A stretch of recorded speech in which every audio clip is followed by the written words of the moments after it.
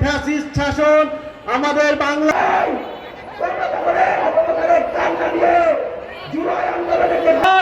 সার্জিস ভাই সহ যারা ঢাকা থেকে আসতেন তারা যদি আমাদের জুলাই আন্দোলনে নারীদের ভূমিকা ছিল, সকলের অংশগ্রহণমূলক আন্দোলনের মাধ্যমে খুনি হাসিনা দিল্লিতে পালিয়ে গেল।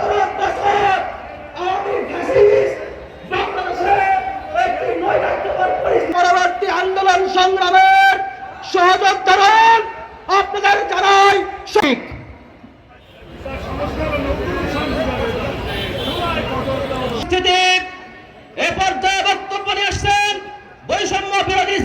একটি বিশাল বিশাল র্যালি আসছে। আমরা আমাদের এই মঞ্চ থেকে তাদেরকে স্বাগত জানাচ্ছি। আপোষ না সংগ্রাম।